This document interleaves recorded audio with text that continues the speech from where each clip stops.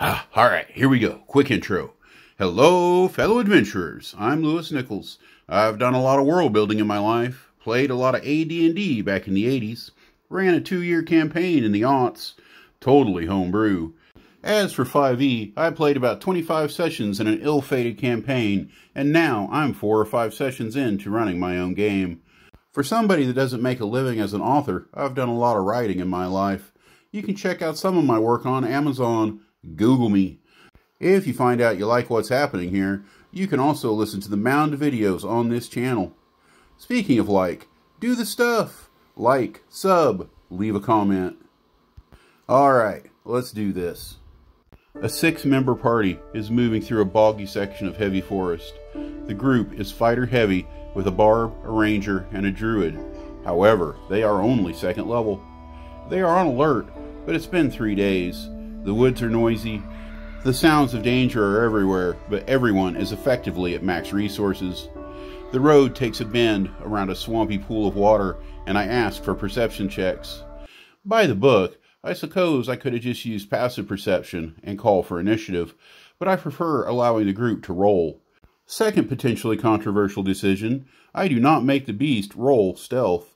Instead, I rule this is his usual hunting hole. He's an ambush hunter, however with no dex bonus, so I make 15 the number to beat. Those who make that perception check, they get initiative in the first round. Everybody else has to wait. The Otyugh charges out of the water, rolls well enough to chomp the druid, severely wounding him, then grabs a fighter with his tentacle. He takes 3 hits from the party members for a total of 30 points of damage. In round 2, the beast misses its bite, but manages to get a hold of another fighter. It does automatic damage to the one it grabbed last turn, only a d4 of piercing. The players increase their damage output to 40 points. However, their early fight surge is expended. Their damage is gonna die off from here.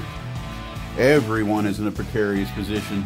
2 restrained and wounded fighters, a battered druid, the monster itself, a round or 2 from death. Let's see what happens. High is good for the PCs. Uh-oh. Now realistically, what's the best the Otyugh could do? Managing to hold on to the grappled players, he slams them into the bog. There's not a lot of damage, but they are now in significant jeopardy. The monster moves back into the water, but it can't avoid taking another 25 points. In round 4, the party only needs to come up with another 25 points to kill the Otyugh. No one has a real chance of drowning or dying by damage.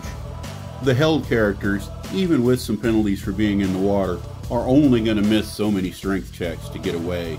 The Otyugh is not that strong, even though he is big. And that leaves the archers and the spellcasters to finish this guy off.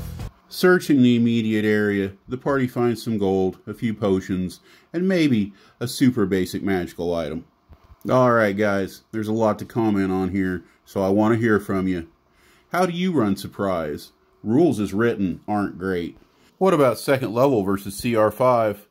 If the party rolls poorly, they could easily lose somebody to a random encounter.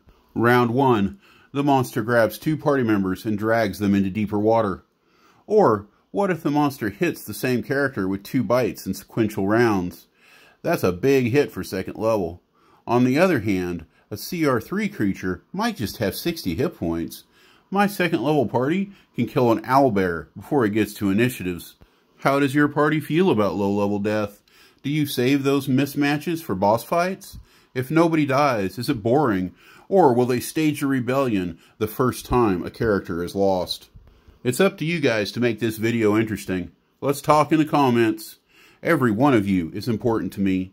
You all have an important place in this world, and I'm glad that you're here.